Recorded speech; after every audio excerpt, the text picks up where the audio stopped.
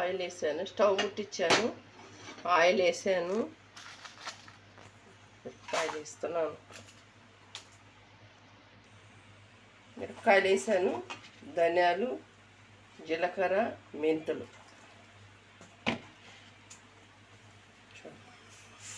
ధనియాల, జీలకర్ర, మెంతులు.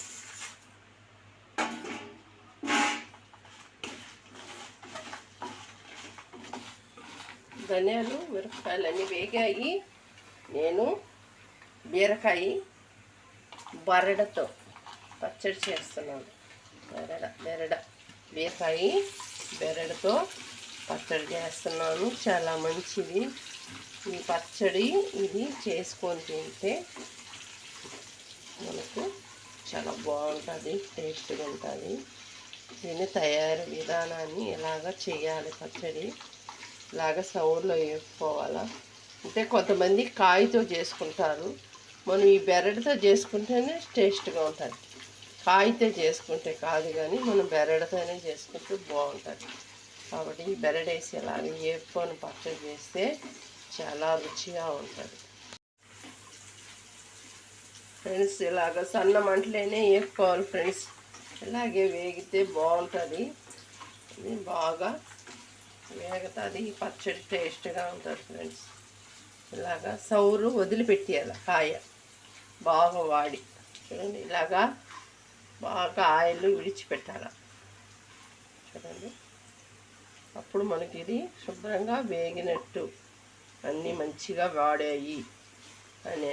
అలాగ మనం దీన్ని ఇట్లా మనం టమాటా కూడా వేసుకోవచ్చు, చాలా బాగుంటుంది. మనకి ఇష్టమైతే వేసుకోవచ్చు. చిన్న ఎల్లుల్లిపాయలు ఒక 4 పాయలు వేస్తున్నాను. ఎల్లుల్లిపాయలు 4 ఇలాగా వేపి పచ్చడి చేస్తే ఉంటుంది, చాలా రుచిగా ఉంటుంది. వేడి వేడి అన్నంలో తింటుంటే ఇంకా తిందాం అనిపిస్తుంది, అలా ఉంటుంది టేస్ట్.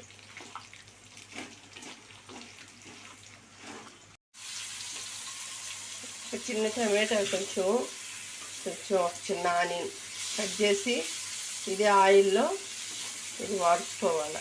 అలాగా సౌర్లో వేపుకున్నాను కదా బీరకాయ అంతా, నేను సౌర్లో ఆయిల్లో వేపుకున్నాను కదా, అది నేను ఇప్పుడు మిక్సీ పడుతున్నాను. ఆరినిచ్చి మిక్సీ పడుతున్నాను. చల్లారిని మిక్సీ పడుతున్నాను. కొంచెం చింతపండు నేను నీళ్ళల్లో వాటర్లో నానేసుకున్నాను, కడిగి ఇట్లా వేస్తున్నాను చూడండి. వాటర్ ఇందాక చెప్పుకున్నాక అట్లా చేసి వేసుకుంటాను. టమాటా నాకు శుభ్రంగా వాడింది, మిక్సీకి వేసేది. ఇది బీరకాయ పచ్చడి రెడీ అయిపోయింది. ఇప్పుడు నేను పోపు వేస్తున్నాను ఫ్రెండ్స్. బీరకాయ పచ్చడి చాలా బాగుంది చూడండి, సూపర్గా ఉంది. నేను చిన్న టమాటా, కొంచెం చిన్న ఆనియన్ కూడా వేసాను. చాలా బాగుంది. అన్నం లేకైనా దేంట్లోకైనా టేస్ట్గా ఉంటుంది ఫ్రెండ్స్. దీన్ని పోపు వేస్తాను. నేను బీరకాయ పచ్చడికి పోపు వేస్తున్నాను ఫ్రెండ్స్. చూడండి ఎలా వేస్తున్నాను, ఏమేమి వేస్తున్నాను. ఆవాలు కొంచెం, జీలకర్ర కొంచెం, పచ్చెనపప్పు కొంచెం, మినప్పప్పు కొంచెం,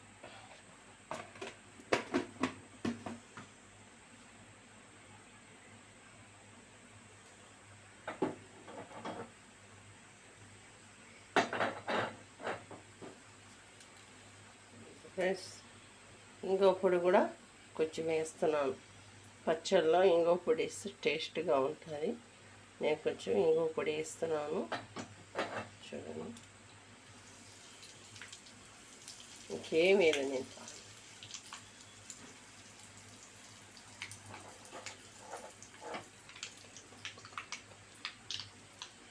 కొంచెం వేసి కరివేపాకు వేద్దును.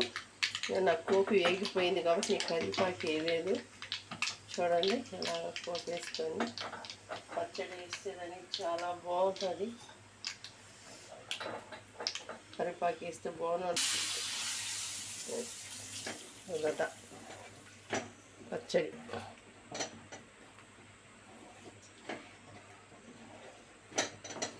టేస్ట్గా ఉంటుందంటే అంత టేస్ట్గా ఉంటుంది ఫ్రెండ్స్. నేను టేస్ట్ చూసి నాకు ఏం తక్కువ ఉన్నా నాకు అన్నీ కరెక్ట్గా ఉన్నాయని నాకు తెలుస్తుంది. కలర్ కానీ అన్నీ కూడా చూడు అలా ఉంది. ఇడ్లీ దోశకి అన్నానికి సూపర్ రెసిపీ, బాగా సూపర్గా ఉంది. పచ్చడి చాలా బాగుంది ఫ్రెండ్స్. మీరు కూడా నచ్చితే లైక్ చేయండి, సబ్స్క్రైబ్ చేయండి, షేర్ చేయండి ఫ్రెండ్స్. చూడండి మీరు కూడా చేసుకొని తిని చూసి టేస్ట్ చూసి కామెంట్ పెట్టండి ఫ్రెండ్స్. సరే ఫ్రెండ్స్, బాయ్ ఫ్రెండ్స్.